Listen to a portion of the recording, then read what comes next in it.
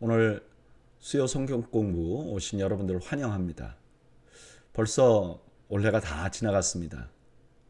이제 오늘 올해 마지막 수요 성경 공부를 시작합니다.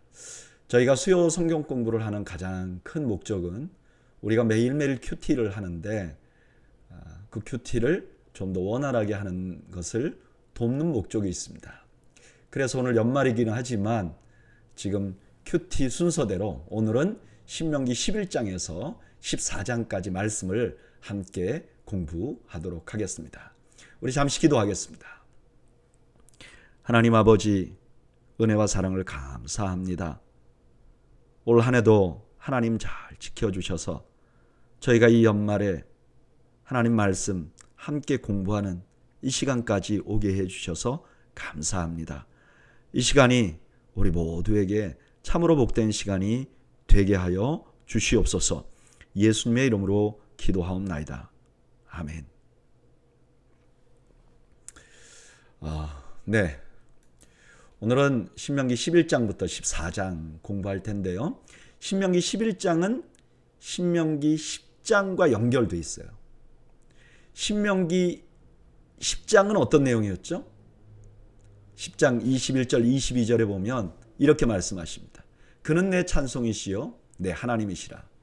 내 눈으로 본 이같이 크고 두려운 일을 너를 위하여 행하셨느니라. 애굽에 내려간 내 조상들은 겨우 70인이었으나 이제는 내 하나님 여호와께서 너를 하늘의 별같이 많게 하셨느니라. 10장의 마지막 부분이 뭐죠? 하나님이 너를 위해서 큰 일을 행하셨어. 그 큰 일을 행하신 그것의 증거가 바로 너희들이야. 원래 70명이었는데 지금 이렇게 많은 숫자로 변했잖아 라고 말씀하는 거죠. 그 다음에 뭐라고 말씀하시는가? 그런즉 내 하나님 여호와를 사랑하라. 그가 주신 책무와 법도와 규례와 명령을 항상 지키라. 지금 당연한 말씀을 하는 거죠. 하나님이 이렇게 해주셨으니까 너희가 당연히 하나님 사랑하고 하나님 말씀대로 순종해야 돼 라고 말씀하고 계시는 거죠. 2절 너희의 자녀는 알지도 못하고 보지도 못하였으나 너희가 오늘날 기억할 것은 너희 하나님 여호와의 교훈과 그의 위엄과 그의 강한 손과 펴신 팔과. 지금 상황이 어떤가? 자녀들은 하나님을 알지 못한다 그래요. 그 하나님에 대해서. 이 두 가지 의미가 있죠. 첫째는 자녀들에게 하나님에 대해서 제대로 안 가르쳤거나, 또 하나는 뭐죠? 아무래도 직접 보고 들은 사람하고 그냥 부모님에게 들은 사람하고는 좀 차이가 있잖아요. 그러니까 아직 자녀들이 충분히 알지 못한다. 이런 의미를 가지는 거죠. 이렇게 아직 자녀들이 하나님에 대해서 충분히 알지 못하는 이런 때에 지금 이 세대가 해야 할 것은 무엇이냐? 기억해야 된다는 거예요.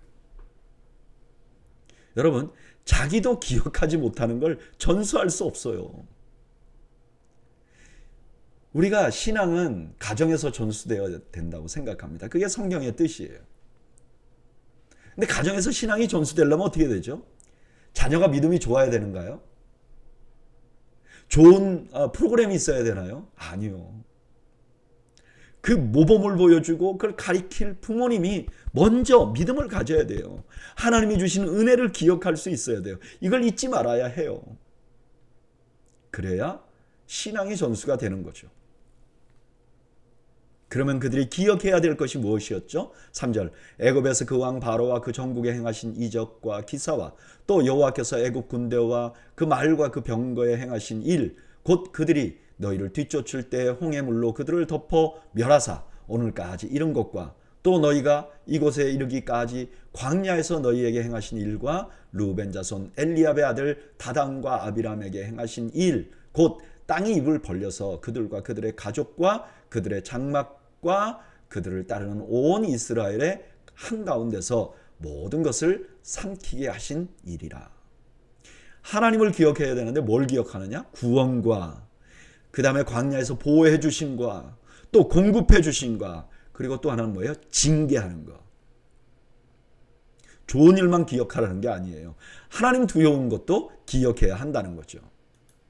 7절 너희가 여호와께서 행하신 이 모든 큰 일을 너희의 눈으로 보았느니라. 그러므로 너희는 내가 오늘 너희에게 명하는 모든 명령을 지키라. 그리하면 너희가 강성할 것이요 너희가 건너가 차지할 땅에 들어가서 그것을 차지할 것이며 또 여호와께서 너희의 조상들에게 맹세하여 그들과 그들의 후손에게 주리라고 하신 땅 곧 젖과 꿀이 흐르는 땅에서 너희의 날이 장구하리라. 먼저 그들이 눈으로 보았다는 것을 강조하면 했죠. 왜요? 이거 잊으면 안 된다는 거예요. 그 잊으면 안 된다는 거예요. 그걸 기억하고 있으면 당연히 하나님을 사랑하고 하나님의 말씀에 순종하게 될 것이라는 거예요. 순종하면 강성해져서 땅을 차지하고 그 땅에서 복을 누릴 것이라고 말하는 거예요. 10절 왜 가나안 땅에 들어가서는 하나님을 섬겨야 복을 누리는가 설명을 해요. 내가 들어가 차지하려 하는 땅은 내가 나온 애굽 땅과 같지 아니하니 거기에는 너희가 파종한 후에 발로 물대기를 채소밭의 댐과 같이 하였거니와 너희가 건너가서 차지할 땅은 산과 골짜기가 있어서 하늘에서 내리는 비를 흡수하는 땅이요 내 하나님 여호와께서 돌보아 주시는 땅이라 연초부터 연말까지 내 하나님 여호와의 눈이 항상 그 위에 있느니라. 이집트는 어떤 곳이죠? 나일강으로 농사를 짓는 지역이잖아요. 나일강이 범람해요. 그러면 이제 땅이 비옥해지잖아요. 그럼 거기다가 곡식을 심어서 추수를 하는 거죠. 근데 어떤 날 이제 가뭄이 들면 기근이 들면 어떻게 하죠? 나일강으로부터 자기들이 농사짓는 논밭으로 이제 물을 퍼날라야 되잖아요. 그러니까 수차 같은 걸 만들어서 그 일을 했던 거죠. 근데 가나안 땅은 어떤가? 가나안 땅은 그런 큰 강이 있는 곳이 아니에요. 그냥 하늘에서 내리는 물이 유일한 공급이에요. 그래서 이스라엘 백성들은 가나안 땅에 가서 잘 살려면 하늘을 바라봐야 되는 거예요. 하늘에서 비가 제대로 내려야 되는 거예요. 그렇다면 너희가 당연히 하나님을 더 섬겨야지. 그렇게 설명해 주시는 거죠. 13절 내가 오늘 너희에게 명하는 내 명령을 너희가 만일 청종하고 너희 하나님 여호와를 사랑하여 마음을 다하고 뜻을 다하여 섬기면 여호와께서 너희의 땅에 이른 비 늦은 비를 적당한 때에 내리시리니 너희가 곡식과 포도주와 기름을 얻을 것이요 또 가축을 위하여 들에 풀이 나게 하시리니 내가 먹고 배부를 것이라. 너희는 스스로 상가라 두렵건대 마음에 미혹하여 돌이켜 다른 신들을 섬기며 그것에게 절함으로 여호와께서 너희에게 진노하사 하늘을 닫아 비를 내리지 아니하여 땅이 소산을 내지 않게 하심으로 너희가 여호와께서 주신 아름다운 땅에서 속히 멸망할까 하노라. 하나님의 말씀, 하나님 바라보면 하나님 순종하고 하나님 사랑하면 당연히 하늘에서 비 내려서 풍요롭게 될 것이다. 근데 반대로 하나님이 아니라 다른 우상들을 섬기면 하나님께서 진노하시고 광야에서도 진노했지 않느냐. 그래서 하늘문을 닫아버리면 여긴 살 곳이 없는 곳이야. 그렇게 말씀하는 거죠. 오늘 본문에서 하나님께서는 모세를 통해서 하나님을 사랑하고 그 명령을 지키는 것은 자신들의 과거를 생각해 보면 당연한 일이라고 먼저 말씀하세요. 그런데 그 당연한 것을 하면 가나안 땅에 들어가서 살 때 번영을 누리게 될 것이다. 번영을 누리게 되는 원리가 될 것이다. 이렇게 말하는 거죠. 그걸 좀 뒷받침하기 위해서 모세는 이스라엘 사람들에게 가나안 땅이 어떤 곳인지를 말해줍니다. 어떤 곳이죠? 하늘을 바라보고 살아야 되는 땅이라고 말하는 거예요. 그럼 우리가 이렇게 생각할 수 있잖아요. 그래요. 구약시대 때는 당연히 그렇죠. 이스라엘 사람들은 농사를 주로 지었으니까 하늘을 바라보고 살아야죠. 그분들은 요즘처럼 이스라엘 지금 나라에 있는 이스라엘 국가처럼 물을 관리하는 고급 기술이 없었으니까 그때는 천수답 하늘만 바라봤으니까 당연히 그렇죠. 근데 우리는 좀 다르지 않나요? 이렇게 생각할 수 있죠. 여러분 그렇습니까? 우린 좀 다릅니까? 우리도 똑같죠. 우리의 구원을 생각하면 어때요? 당연히 하나님 한 분만 바라봐야죠. 그 아들 독생자를 보내신 하나님을 우리가 어떻게 잊어버려요? 잊어버리면 말도 안 되죠. 뿐만 아니라 우리가 이 땅에서 살 길도 하나님 한 분만 바라보는 거죠.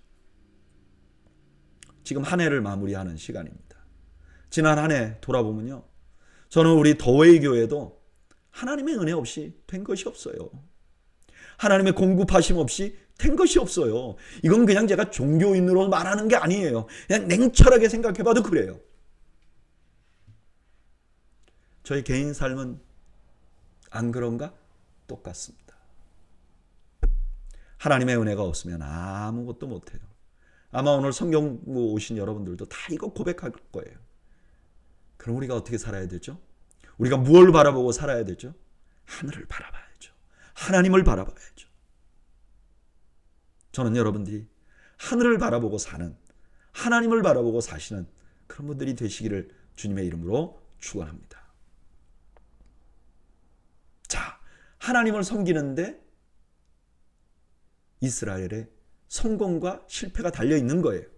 그러니까 18절, 이러므로 너희는 나의 이 말을 너희의 마음과 뜻에 두고 또 그것을 너희의 손목에 메어 기호를 삼고 너희 미간에 붙여 표를 삼으며 또 그것을 너희의 자녀에게 가르치며 집에 앉아 있을 때에든지 길을 갈 때에든지 누워 있을 때에든지 일어날 때에든지 이 말씀을 강론하고 내 집 문설주와 바깥문에 기록하라. 지금 6장 7절에서 9절을 그대로 반복하죠. 아유, 하나님 꼭 이렇게까지 해야 됩니까? 네, 이렇게까지 해야 됩니다. 왜냐하면 하나님을 기억하는데 그냥 전체가 다 달려 있는 거잖아요. 예전에 한국에서 우리가 고3이 되면 어떡하죠? 그냥 미친 듯이 공부하잖아요. 대부분의 사람들이. 왜 그래요?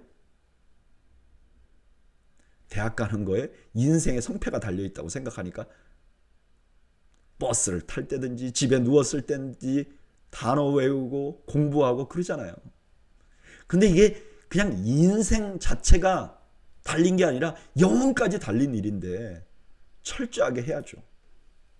21절, 그리하면 여호와께서 너희 조상들에게 주리라고 맹세하신 땅에서 너희의 날과 너희의 자녀의 날이 많아서 하늘이 땅을 덮는 날과 같으리라. 너희가 만일 내가 너희에게 명하는 이 모든 명령을 잘 지켜 행하여 너희 하나님 여호와를 사랑하고 그의 모든 도를 행하여 그에게 의지하면 여호와께서 그 모든 나라 백성을 너희 앞에서 다 쫓아내실 것이라. 너희가 너희보다 강대한 나라들을 차지할 것인지. 먼저는 오래 살게 될 것이다. 두 번째는 그 땅에 있는 자들을 쫓아낼 것이다. 24절, 너희의 발바닥으로 밟는 곳은 다 너희의 소유가 되리니 너희의 경계는 곧 광야에서부터 레바논까지 유브라데 강에서부터 서해까지라. 너희 하나님 여호와께서 너희에게 말씀하신 대로 너희가 밟는 모든 땅 사람들에게 너희를 두려워하고 무서워하게 하시리니 너희를 능히 당할 사람이 없으리라. 더 큰 국가가 될 것이고 더 강력한 국가가 될 것이라는 거예요. 26절, 내가 오늘 복과 저주를 너희 앞에 두나니 너희가 만일 내가 오늘 너희에게 명하는 너희 하나님 여호와의 명령을 들으면 복이 될 것이요 너희가 만일 내가 오늘 너희에게 명령하는 도에서 돌이켜 떠나 너희의 하나님 여호와의 명령을 듣지 아니하고 본래 알지 못하던 다른 신들을 따르면 저주를 받으리라. 이제 그들에게는 선택이 있다는 거예요. 근데 그 선택은 결과를 만든다는 거예요. 여러분, 이런 의미에서 진정한 믿음은 선택으로 나타나야 돼요. 믿음은 언제 쓰는가? 선택할 때 써야 돼요. 선택할 때 표현해야 돼요.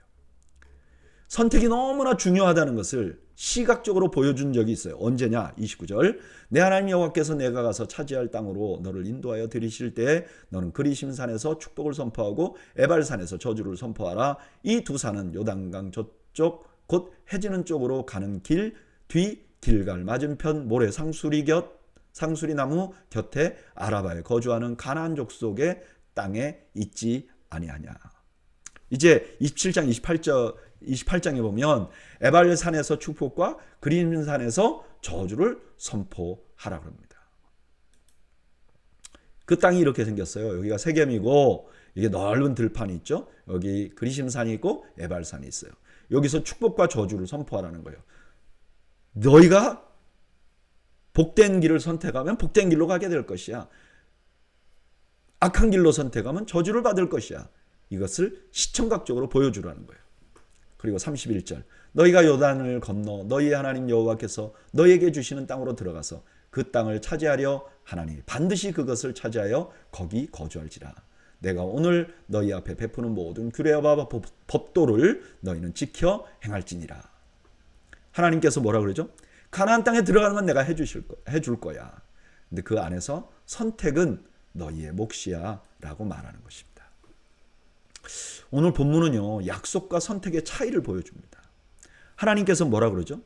이스라엘을 택하시고 가나안 땅에 들어가게 하시겠다고 말씀하셨어요. 이건 약속입니다.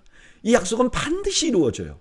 40년 만에 들어가느냐, 20년 만에 들어가느냐, 10년 만에 들어가느냐, 1년 만에 들어가느냐, 그 차이가 있을 뿐 반드시 들어갑니다. 여긴 노력도 필요 없어요. 그냥 하나님이 하시는 거예요. 그러니까 믿기만 하면 돼요. 그런데 가나안 땅에 들어가서 어떻게 사는가는 우리가 하는 선택에 달려있는 거예요. 하나님을 선택하고 순종하고 살면 거기 오래 살게 될 것이에요. 그러나 그렇지 못하면 하나님의 징계를 받게 될 것이에요. 신앙생활 하다 보면 종종 어떤 분들은요, 선택은 불순종을 해요. 그리고 기대는 축복을 기대해요. 그래서 안 되잖아요. 그럼 막 화를 내요.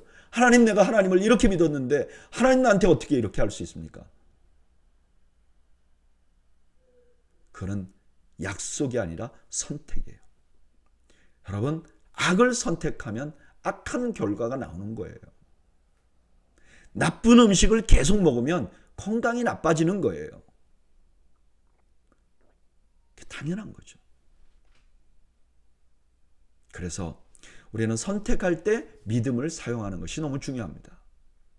여러분, 우리가 인생 여러 선택을 하며 살아갑니다. 이 선택을 하는 것이 우리 인생을 결정해요. 그러므로 우리는 선택을 할 때마다 믿음으로 선택하는 것이 너무 중요하고, 선택이 있을 때마다 내가 믿음을 사용해야 되겠다. 그렇게 해서 믿음으로 선택을 해나가는 여러분들이 되시기를 주님의 이름으로 축원합니다. 이제 12장부터 26장까지는 하나님의 법규, 그래서 구체적으로 무엇을 어떻게 지켜야 합니까? 라는 말을 하는 거예요. 11장에서는 지키라 그러고.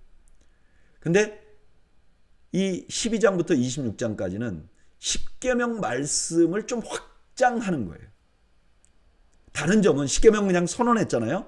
근데 12장 이하는 순종하면 어떻고 불순종하면 어떻다, 결과까지 말씀하세요. 그것만 달라요. 자, 어떻게 말씀을 시작하는가? 1절, 내 조상의 하나님 여호와께서 내게 주셔서 차지하게 하신 땅에서 너희가 평생에 지켜 행할 규례와 법도는 이러하니라. 가나안 땅에 들어가게 될 것이야. 그러면 그곳에서 너희가 평생 지켜야 할 것을 내가 말할게 라고 말하는 거죠.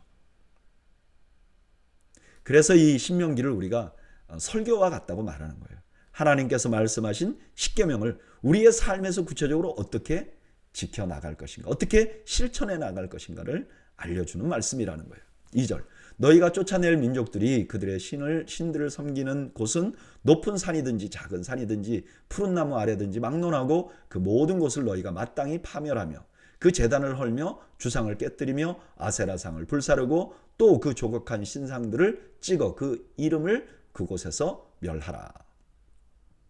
먼저 가나안 땅에 들어가면 해야 할 일이 뭐냐? 여러 곳에서 그들이 우상을 섬겼는데 그 우상을 다 파괴하라고 해요. 4절, 너희 하나님 여호와께서는 너희가 그처럼 행하지 말고 오직 너희 하나님 여호와께서 자기의 이름을 두시려고 너희 모든 지파 중에서 택하신 곳인 그 계실 곳으로 찾아 나아가서. 왜 이렇게 다 파괴하라 그러느냐? 하나님께서는 이스라엘 백성들이 그 가나안 땅에 있는 사람들처럼 행하기를 원하지 않는다는 거예요. 그냥 각자가 바알을 섬기고 아세라를 섬기며 이러면서 각자가 선한 대로 막 산에다가 그냥 산당들을 지어놓고 거기서 자기가 원하는 신들을 섬겨? 그렇게 하면 안 된다는 거예요. 너희는 다르게 섬겨야 한다는 거예요. 오직 온 세상의 유일한 하나님을 섬기는 거니까 하나님이 택해놓은 그 장소에서만 섬기라는 거예요. 왜냐? 하나님은 한 분이시니까. 6절, 너희의 번제와 너희의 제물과 너희의 11조와 너희 손의 거제와 너희의 소원제와 낙헌 제물과 너희 소와 양의 처음 난 것들을 너희는 그리로 가져다가 드리고 거기 곧 여호와 하나님 여호와 앞에서 먹고 너희의 하나님 여호와께서 너희의 손으로 수고한 일에 복 주심으로 말미암아 너희와 너희의 가족이 즐거워할지니라. 어떻게 제사해야 되는가? 이렇게 제사하고 그 다음에 거기서 가족들과 함께 먹고 즐거워하라. 다 한 장소로 모이라는 거죠. 8절. 우리가 오늘 여기에서는 각기 소견대로 하였거니와 너희는 거기에서는 그렇게 하지 말지니라. 우상 숭배하는 자들과 하나님 섬기는 자들이 결정적으로 다른 게 뭐냐? 그들은요, 자기의 소견대로, 자기가 원하는 대로 했어요. 근데 너희는 그렇게 하면 안 된다는 거예요. 하나님께서 지시하는 대로 해야 한다는 거예요. 10절, 9절. 너희가 너희 하나님 여호와께서 주시는 안식과 기업에 아직은 이르지 못하였거니와 너희가 요단을 건너 너희 하나님 여호와께서 너희에게 기업으로 주시는 땅에 거주하게 될 때에 또는 너희 여호와께서 너희에게 너희의 주위와 모든 대적을 이기게 하시고 너희에게 안식을 주사 너희를 평안히 거주하게 하실 때에. 지금부터 말하는 모든 규정은 가나안 땅에 들어가서 하는 거라는 거예요. 지금이 아니고 들어가서. 11절. 너희는 너희 하나님 여호와께서 자기 이름을 두시려고 택하실 그곳으로 내가 명령하는 모든 것을 가지고 갈지니 곧 너희의 번제와 너희의 희생과 너희의 11조와 너희 손의 거제와 너희가 여호와께서 원하시는 모든 아름다운 소원물을 가져가고 너희와 너희의 자녀와 노비와 함께 너희의 하나님 여호와 앞에서 즐거워할 것이요 내 성중에 있는 레위인도 그리할지니 레위인은 너희 중에 분깃이나 기업이 없음이니라. 다시 반복해서 말씀하시죠.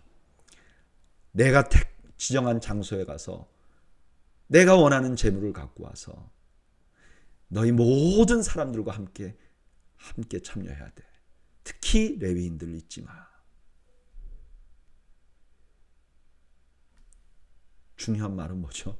여기에 분명하게 문자로 나오지 않지만 하나님이 원하는 대로 해야 돼. 그 말씀이 여기 묻어 있는 거죠. 13절.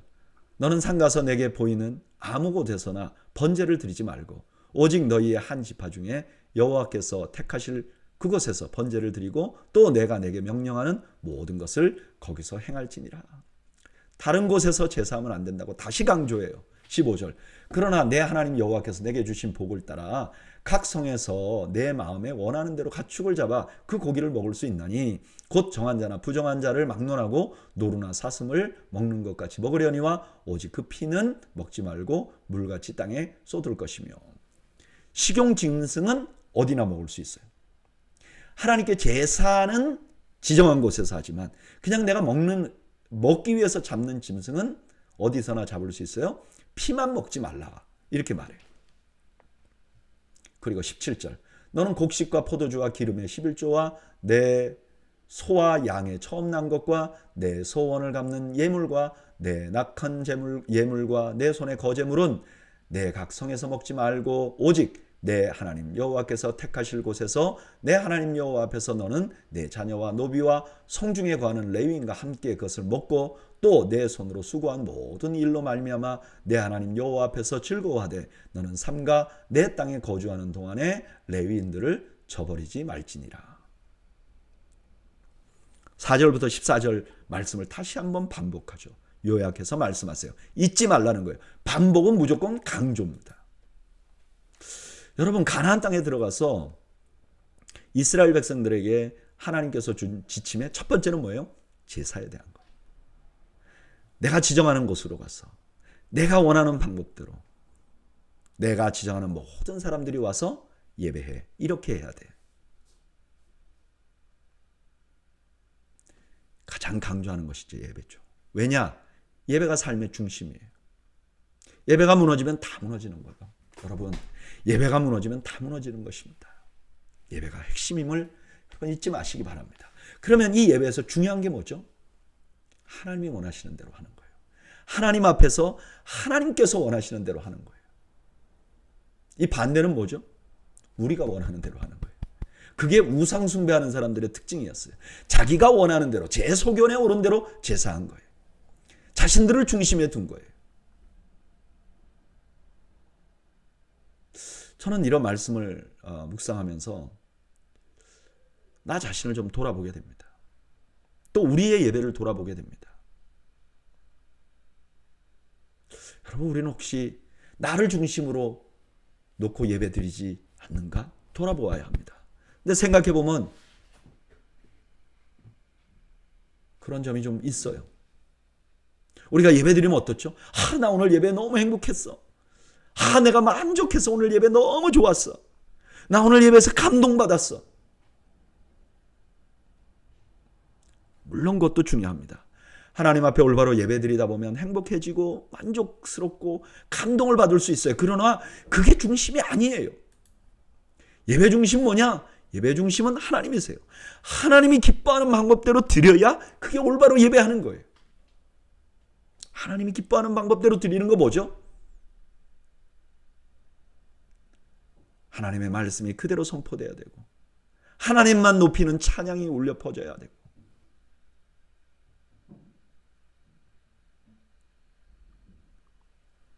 하나님 한 분을 높이는 기도가 올려져야 하는 것이죠. 그걸 보면서 하나님이 원하시는 대로 보면서 만족하고 하나님이 원하시는 대로 보면서 감동하고 하나님이 원하시는 대로 되면서 만족하면 올바로 드려지는 예배죠. 그냥 내 감정을 중심에 두면 안 된다는 거예요. 저는 이런 말씀 묵상하면서 나는 과연 어디에 초점을 두고 예배를 드리고 있는지 돌아보는 시간이 되시기를 주님의 이름으로 축복합니다. 20절 내 하나님 여호와께서 내게 허락하신 대로 내 지경을 넓히신 후에 내 마음에 고기를 먹고자 하여 이르기를 내가 고기를 먹으리라 하면 내가 언제나 마음에 원하는 만큼 고기를 먹을 수 있으리니 만일 내 하나님 여호와께서 자기 이름을 두시려고 택하신 곳이 내게서 멀거든 내가 내게 명령한 대로 너는 여호와께서 주신 소와 양을 잡아 내 각성에서 내가 마음에 원하는 모든 것을 먹되 이미 식용으로 짐승을 도살하는 것은 성전에 가지 않아도 된다고 말했어요. 근데 왜 이 말을 하는가? 레위기서에 보면 레위기 17장 2절 3절에 보면 광야에서는 이스라엘 백성들이 짐승을 도살할 때 반드시 성막에 가서 했어야 했어요. 개인적으로 짐승을 잡아먹으면 안 됐어요. 그만한 이유가 있었겠죠. 첫째는 거리가 가까웠어요. 성막이 가운데 있고 이스라엘 백성들이 진을 치고 있었으니까 비교적 가까웠어요. 가나안 땅에 비하면. 또 하나는 광야에서 짐승을 자기가 원하는 대로 잡아먹어버리면 이스라엘 전체 공동체가 그 짐승을 어디서 구해요? 굉장히 어렵잖아요. 그랬는데 이제 너희가 가나안 땅에 들어가면 너희가 원하는 대로 너희가 있는 곳에서 잡아서 먹어도 된다. 이렇게 말해요. 조건이 뭐죠? 성전이 있는 곳과 너무 먼 경우를 예외로 허락해 주는 거죠. 22절 정한 자나 부정한 자를 막론하고 노루나 사슴을 먹는 것 같이 먹을 수 있거니와 다만 크게 삼가서 그 피는 먹지 말라. 피는 그 생명인즉 내가 그 피를 고기와 함께 먹지 못하리니 너는 그것을 먹지 말고 물같이 땅에 쏟으라. 너는 피를 먹지 말라. 내가 이같이 여호와께서 의롭게 여기시는 일을 행하면 너와 내 후손이 복을 누리리라. 딱 하나 제한한 게 있는데 그건 뭐냐? 피를 먹지 말라는 거예요. 왜 피를 먹지 말라고 했을까? 여러 가지 설이 있어요. 이때 당시에 이방 그 제사 의식이 피를 막 뿌리고 그래서 그거 따라하면 안 된다고 하기 위해서 이렇게 말씀하시다. 또 어떤 분들은 이게 피라는 게 위생상 안 좋기 때문에 이걸 먹는 걸 금했다. 어떤 분들은 이거 피를 막 마시는 게 너무 잔인하잖아요. 그래서 이렇게 짐승을 잔인하게 하다 보면 사람 사이에서도 잔인하게 될까 봐 하나님 막았다. 뭔지 모르겠어요. 근데 저는 이거 아주 지극히 제 개인적으로는 이런 생각을 합니다. 왜 이렇게 피를 먹지 말게 하셨을까? 하나님께서 후에 그 아들 독생자를 십자가에 다시고 그의 흘리신 보혈로 우리를 구원하시고자 작정했어요. 그런데 구약 사람들이 피를 너무나 소홀히 하고 아무렇게나 생각하면 이 보혈이라는 것을 이 가치를 제대로 평가할 수 없게 되는 거예요.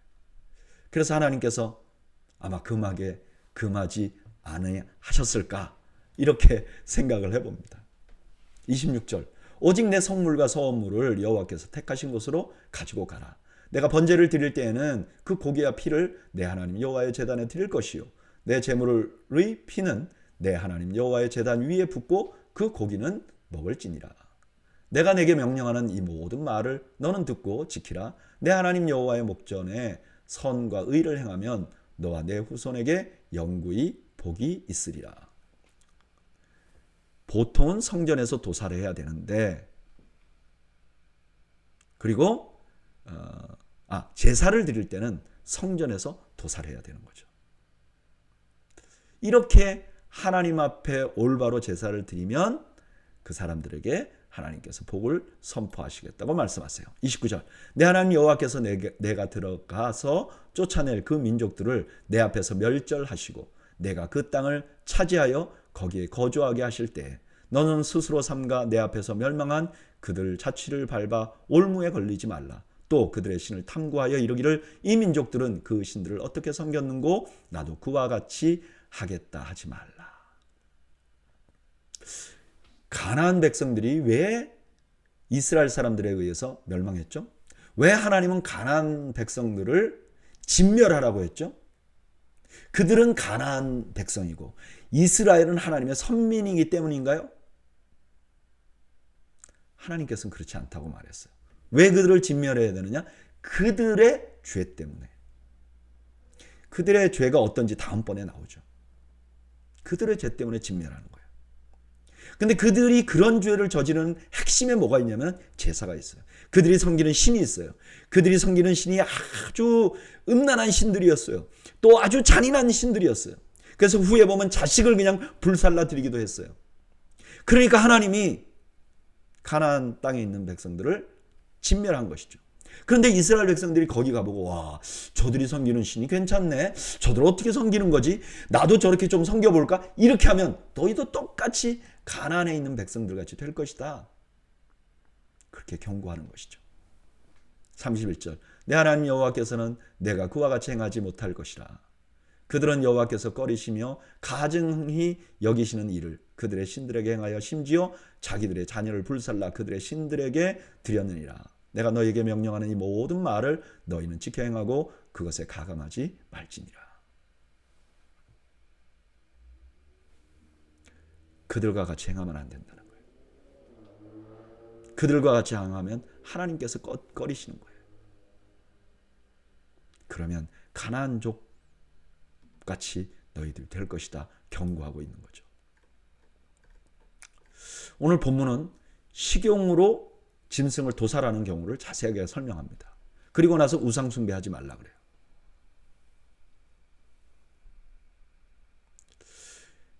사실 가나안 땅에 들어가서 이스라엘 백성들이 가장 큰 유혹은 뭐냐면 가나안 사람들이 섬기는 우상들이에요. 이미 하나님이 알고 계세요. 그래서 이스라엘 사람들이 그 땅의 우상들에게 관심을 가지고 탐구하는 걸 경고해요. 그러면 안 된다고. 언뜻 들어보면 이러한 현상은 우리와 상관이 없는 것 같아요. 우리가 뭐 예수 믿는 사람이 요즘 우상 숭배하는 사람이 어디 있어요? 근데요, 여러분 그렇지 않습니다. 얼마나 많은 크리스찬들이 무속 종교의 영향력 아래 있는지 모릅니다. 예수 믿으면서도 점을 치고요. 예수 믿는 사람도 이사 가는데 손 없는 날 따지고 그런 사람들이 있어요.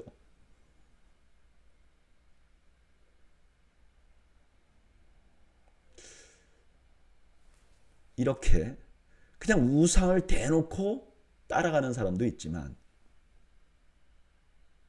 또 하나님을 알아가는 것보다 훨씬 더 물질 우상을, 세상의 성공이라는 우상에 목을 매는 사람들이 너무너무 많아요. 하나님 관심이 없는 거죠. 교회를 다니는데 그냥 주일날 와서 목사님이 하는 말 정도 듣는 거지 뭐. 아예 관심이 없는 거예요. 하나님 섬기는데. 그리고 자기가 뭔가 성공하는데 추구하는 데만 막 전력을 다하는 거예요. 어떤 목사님이 이런 얘기를 하더라고요. 자기 교회 성도들에게 이렇게 말했대요. 아니, 낚시도 한 10년쯤 하면 어디에 가면 물고기에 미끼를 뭘 써야 되고 어떻게 어떤 낚시를 들여야 되고 얼만큼 깊이 들여야 되는 걸 대부분 안답니다. 그런데 교회를 다니는 사람은 10년을 다녀도 그냥 성경을 아무것도 모르고 하나님도 아무것도 모르고 그냥 왔다 갔다 하는 것으로 만족한다는 거예요. 그냥 하나님에 대해서 관심이 없다는 거예요. 하나님을 섬기는데 관심이 없다는 거예요.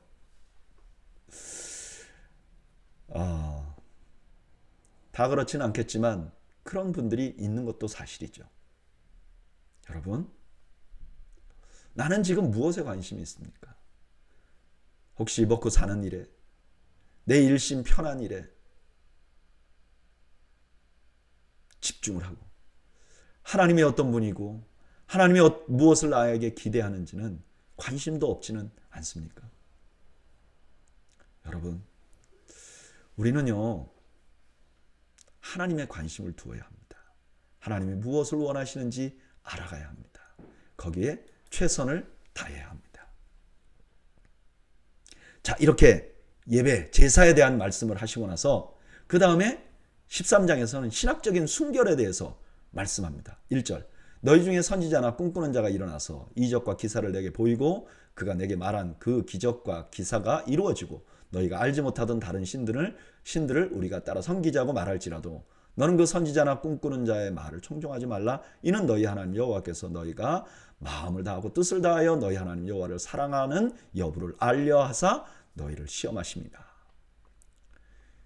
기적을 행하는 선지자가 나타났어요. 그리고 하나님 말고 다른 신을 섬기자? 절대로 섬기면 안 된다는 거예요. 이게 하나님이 너희들 테스트하는 거야 라고 말하는 거죠. 4절, 너희는 너희 하나님 여호와를 따르며 그를 경외하며 그의 명령을 지키며 그의 목소리를 청종하며 그를 섬기며 그를 의지하며 그런 선지자나 꿈꾸는 자는 죽이라.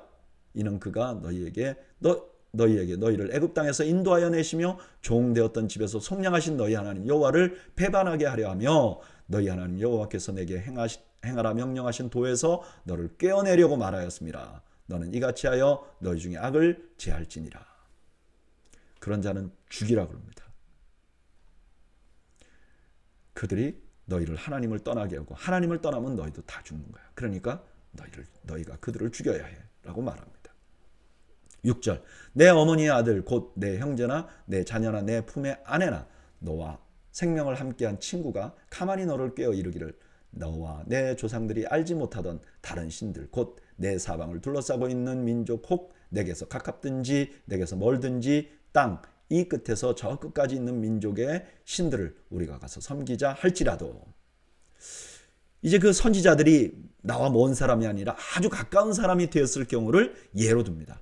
아무리 가까운 사람이라도 그렇게 해서는 안 된다는 거예요.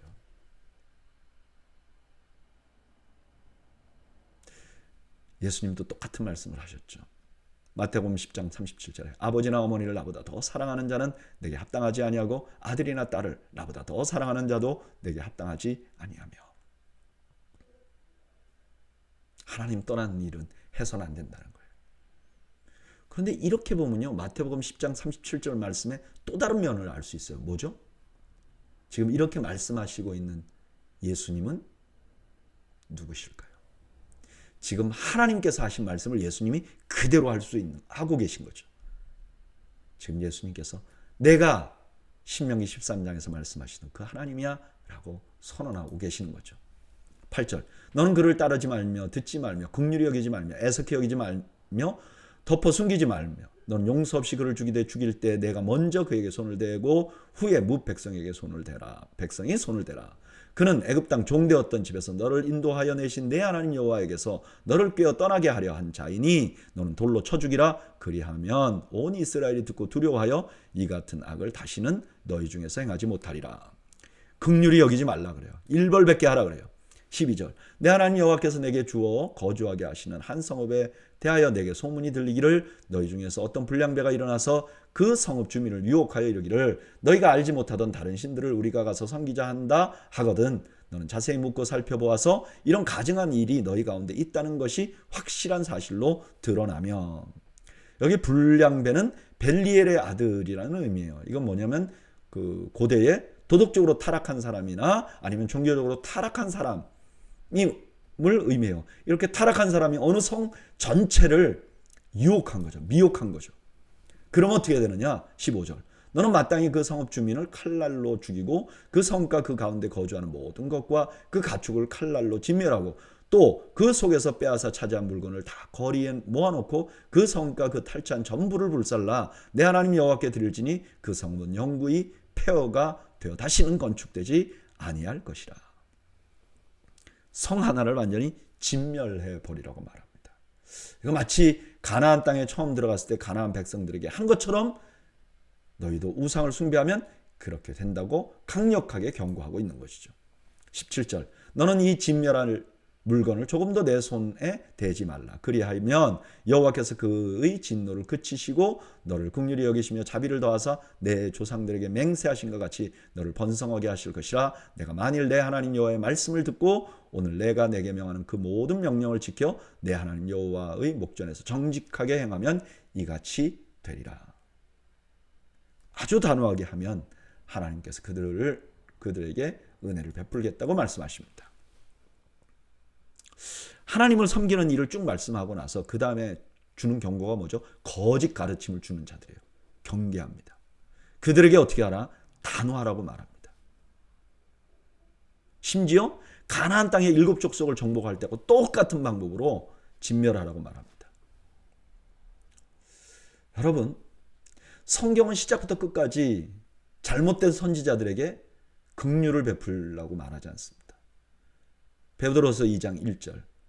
그러나 백성 가운데 또한 거짓 선지자들이 일어나나니 이와 같이 너희 중에서도 거짓 선생들이 있으리라. 그들은 멸망하게 할 이단을 가만히 끌어들여 자기들을 사신 주를 부인하고 임박한 멸망을 스스로 취하는 자들이라. 베드로가 경고하는 거죠.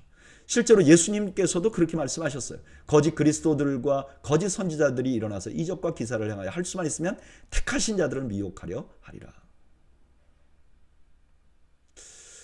요한계시록도 아주 단호하게 말합니다. 여러분, 기독교는 사랑의 종교예요. 근데 거짓 선지자들에게까지 사랑을 베풀어서는 안 됩니다. 신학적인 정결은 우리 모두를 정결을 잃어버리면 우리 모두를 망하게 만들 수 있기 때문에 그래요. 저는 이거 꼭 구별하면 좋겠어요. 제가 여러 번 말씀을 드렸습니다. 우리가요, 우리 개인적인 관계는 얼마든지 용서할 수 있어요. 개인적으로 섭섭한 건 얼마든지 받아들일 수 있어요. 그러나 말씀이 잘못된 거는 그건 안 되는 겁니다. 그분을 아무리 사랑해도 안 되는 겁니다. 거짓 말씀을 전하면요, 단호해야 합니다. 저는 여러분들이 사랑할 때와 단호하게 해야 될 때를 구분하는 은혜가 있기를 주님의 이름으로 축복합니다. 14장 1절. 너희는 너희 하나님 여호와의 자녀이니 죽은 자를 위하여 자기 몸을 베지 말며 눈썹 사이에 이마 위에 털을 밀지 말라. 너는 내 하나님 여호와의 성민이라. 여호와께서 지상 만민 중에서 너를 택하여 자기 기업의 백성으로 삼으셨느니라. 이스라엘을 성민이라고 부릅니다. 이는 하나님을 위해서 따로 불러낸 거룩한 백성이라는 뜻이죠. 그리고 그 이스라엘이 하나님의 기업이라고 말합니다. 이스라엘 12지파가 각자가 기업을 받았잖아요. 유다 지파는 예루살렘을 받고 이렇게 받았잖아요. 똑같이 하나님에게는 이스라엘 자체가 기업이라는 거예요. 너희는 아주 특별한 자들이야. 그러니까 당시 가나안 사람들이 하던 대로 좀 하지 않으면 좋겠어. 눈썹 밀고 그러지 말았으면 좋겠어. 여러분, 지금 그러면 눈썹 여기 털 밀면 안 되나요? 밀어도 돼요. 근데 이때는 이걸 미는 게 우상 숭배하는 사람들이었어요. 이걸 미는 게 가나안의 풍습이었어요. 그거 따라 하지 말라는 거예요. 다르게 살아야 한다는 거예요. 그리고 3절부터 20절까지 정결한 짐승과 정결하지 못한 짐승, 정결한 물고기와 정결하지 못한 물고기, 정결한 새와 정결하지 못한 새를 구별합니다. 이게 무슨 차이가 있을까? 여기도 똑같아요. 어떤 사람은 위생상의 차이가 있다고 생각해요. 어떤 사람은 다른 이 짐승이 그때 상징하는 어떤 상징이 아주 부정한 부분이 있다고 말해요. 근데 뭐가 차이가 있는지 명확하게 각 짐승마다 명확하게 말하는 경우는 없어요. 중요한 건 뭘까요? 이스라엘 백성들이 음식을 먹으면서 이거 정결한가? 이거 부정한가? 생각하고 먹으라는 거예요. 왜? 나는 거룩한 백성이니까. 나는 좀 달라야 하니까. 21절 너희는 너희 하나님 여호와의 성민이라 스스로 죽은 모든 것을 먹지 말 것이나 그것을 성중에 거류하는 객에게 주어 먹게 하거나 이방인에게 파는 것은 가하니라. 너는 염소 새끼를 그 어미의 젖에 삼지 말지니라. 성민이면 또 뭐 하지 말아야 되나? 죽은 거 먹지 말라는 거예요. 다르게 살아야 한다는 거예요. 오늘 신명기 14장 1절에서 21절까지는요. 우리를 성민이라고 부르고 우리는 구별된 자라 그래요. 그래서 다르게 살아야 된다. 근데 뭐에서 다르게 살아야 되냐? 음식 먹는 것에서 다르게 살아야 된다. 여러분, 음식 먹는 건 뭐죠? 세상 자연스러운 일이에요. 우리가 음식 먹는데 막 가식적으로 먹으면 다 체하잖아요. 어떤 분들이 그러잖아요. 다른 건 몰라도 먹는 건 편하게 먹자. 그런데 먹는 데서 구별하라 그래요.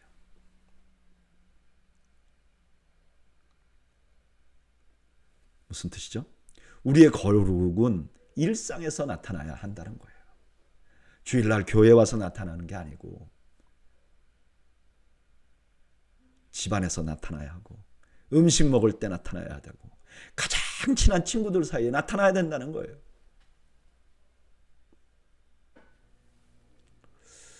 여러분, 그런 의미에서 우리의 가정은 너무나 중요해요. 우리가 가정에서 우리가 다르게 사는 삶을 살아야 되는 사람이라는 걸 보여줘야 돼요.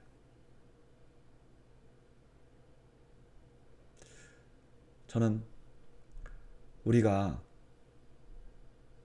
교회에서가 아니라 가장 편안할 때 내가 누구로 드러나는지를 늘 기억하는 여러분들이 되시기를 바랍니다. 집에 있는 사랑하는 자녀들이 내 배우자가 나를 누구라고 생각할지, 그래, 우리 엄마 아빠 정말 신실한 크리스찬이지. 내 주변의 형제들이, 그래, 내 형 누나 오빠 내 동생 정말 신실한 사람이지. 이렇게 평가받는 삶을 사는 그런 백성들이 되어야 한다고 말씀하고 있는 것이죠. 마지막으로 22절 너는 마땅히 매년 토지 소산의 11조를 드릴 것이며 내 하나님 여호와 곧 여호와께서 그의 이름을 두시려고 택하신 곳에서 내 곡식과 포도주와 기름의 11조를 먹으며 또 내 소와 양의 처음 난 것을 먹고 내 하나님 여호와 경외하기를 항상 배울 것이니라. 음식법 다음에 11조에 대한 얘기를 하는데요. 매년 11조를 드려야 돼요. 근데 그 11조를 함께 나눠 먹고 중요한 건 뭐냐면 하나님 경외하는 걸 배우는 거예요. 여러분, 11조는 하나님 두려워하고 하나님 경외하는 것을 배우는 방법이라는 거예요. 그 교회사를 보면요. 이 11조가 교회에 대해서 아주 중요한 역할을 합니다. 11조를 강조하면서 교회가 많이 부유해져요. 그래서 타락하기도 했고. 그래서 언뜻 사람들이 이렇게 생각해요. 11조는 교회를 위해서 주는 거다. 물론 11조가 교회의 운영에 큰 도움이 되는 것은 맞아요. 우리 더웨이 교회도 마찬가지로 11조 하는 성도들이 없으면 굉장히 어려울 거예요. 그런데요, 11조의 근본적인 의미는 이걸 가지고 하나님 두려워함을 잊지 않게 한다는 거예요. 11조를 내면서 그래, 하나님께서 나를 도와주셔서 내가 이렇게 살고 있지. 이걸 잊지 않게 하고, 그래, 하나님 두려우신 분인지 하나님께 순종해야지. 이런 마음을 우리가 잊지 않게 하는 도구라는 거예요.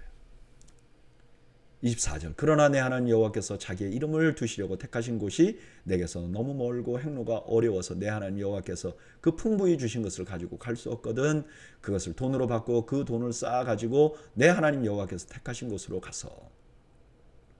이제 11조를 내야 되는데 그 소산으로 냈잖아요. 근데 이걸 그냥 내려고 그러면 이걸 끌고 가기 너무 힘들잖아요. 멀리 있는 사람은 돈으로 내라. 이 제도가 예수님 당시까지 있었잖아요. 26절. 내 마음에 원하는 모든 것을 그 돈으로 사되 소나 양이나 포도주나 독주 등 내 마음에 원하는 모든 것을 구하고 거기 내 하나님 여호와 앞에서 너와 내 권속이 함께 먹고 즐거워할 것이며 내 성읍에 거주하는 레위는 너희 중에 분깃이나 기업이 없는 자이니 또한 저버리지 말지니라. 11조를 내는 거는요, 축제였어요. 그 공동체 전체가. 그냥 어떤 제사장 한 사람이 갖는 게 아니라 전부 다 공동체가 풍요롭게 만들어주는 거죠.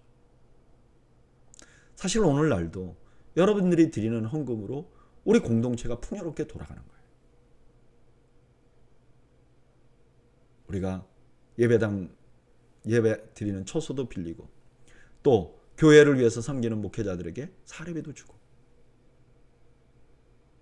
교회가 좀 더 커지면 선교도 하고 구제도 하고 우리 공동체 안에 모든 사람이 즐거운 축제를 누릴 수 있도록 하는 거죠. 28절. 매 3년 끝에 그해 소산의 10분의 1을 다 내어 내 성읍에 저축하여 너희 중에 분깃이나 기업이 없는 레위인과 내 성중에 거류하는 객과 및 고아와 과부들이 와서 먹고 배부르게 하라. 그리하면 내 하나님 여호와께서 내 손으로 하는 범사에 내게 복을 주시리라. 3년에 한 번 11조는 그 내부에 있는 사람들을 위해서 하는 게 아니라 가난한 사람들을 위해 사용하라 그랬어요. 근데 여기 아주 귀한 말씀이 있죠. 그렇게 가난한 사람들에게 주는 그 돈을 하나님이 자신이 받으시는 것처럼 그렇게 간주해 주셨어요.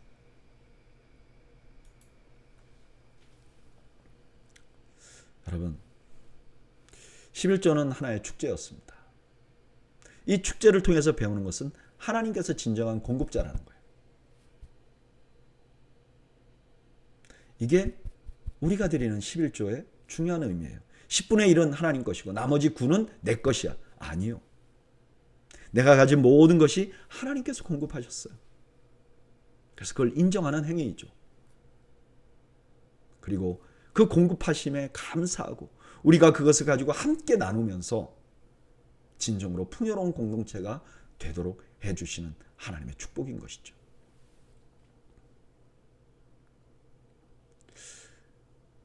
오늘은 올해 마지막입니다. 저는 올 한 해 우리가 우리 자신을 좀 돌아보면 좋겠어요. 그런데 우리 자신만 돌아보지 말고 우리 주위에 나의 한마디 따뜻한 말이 필요한 사람은 없는가? 내가 좀 작은 물질이라도 꼭 나눠야 될 사람은 없는가? 좀 우리가 주위를 살펴보기를 원합니다.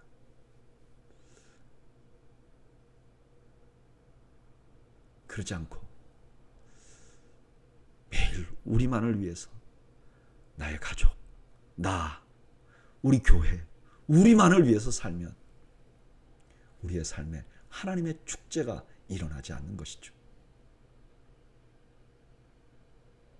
저는 오늘 수요 성경 공부 나오신 여러분들이 하나님이 주시는 이 축제의 한 일원이 되시고 함께 이 축제를 나누는 그런 복된 여러분들이 되시기를 바랍니다. 그리고 여러분들을 통해서 하나님의 영광을 받으시고 여러분들 주변에 있는 사람들도 똑같이 이 연말에 외롭지 않고 하나님 안에서 따뜻함을 경험하는 그런 저와 여러분들이 되시기를 주님의 이름으로 축원합니다. 우리 함께 기도하겠습니다. 하나님, 한 해 동안 베풀어 주신 은혜 감사합니다. 우리가 하나님께서 주신 은혜를 잊지 않고 우리의 작은 것을 서로 나눔을 통해서 우리 공동체가 축제의 공동체가 되도록 주여 자비를 베풀어 주시고 이 연말에 혹시나 외롭거나 혹시나 힘들어하는 형제자매는 없는지 서로 돌아보는 지혜를 저희에게 더하여 주시옵소서. 주님 감사합니다. 예수님의 이름으로 기도하옵나이다. 아멘. 여러분, 오늘 성경 공부 참석하신 여러분들 가정에 참 하나님이 주시는 평강이 넘치시기를 주님의 이름으로 축복합니다. 또한 올 한 해 우리 하나님께서 우리를 붙들어 주셨습니다. 우리의 하나님께 영광을 돌리는, 감사를 드리는 남은 시간이 되시기를 주님의 이름으로 축복합니다. 감사합니다.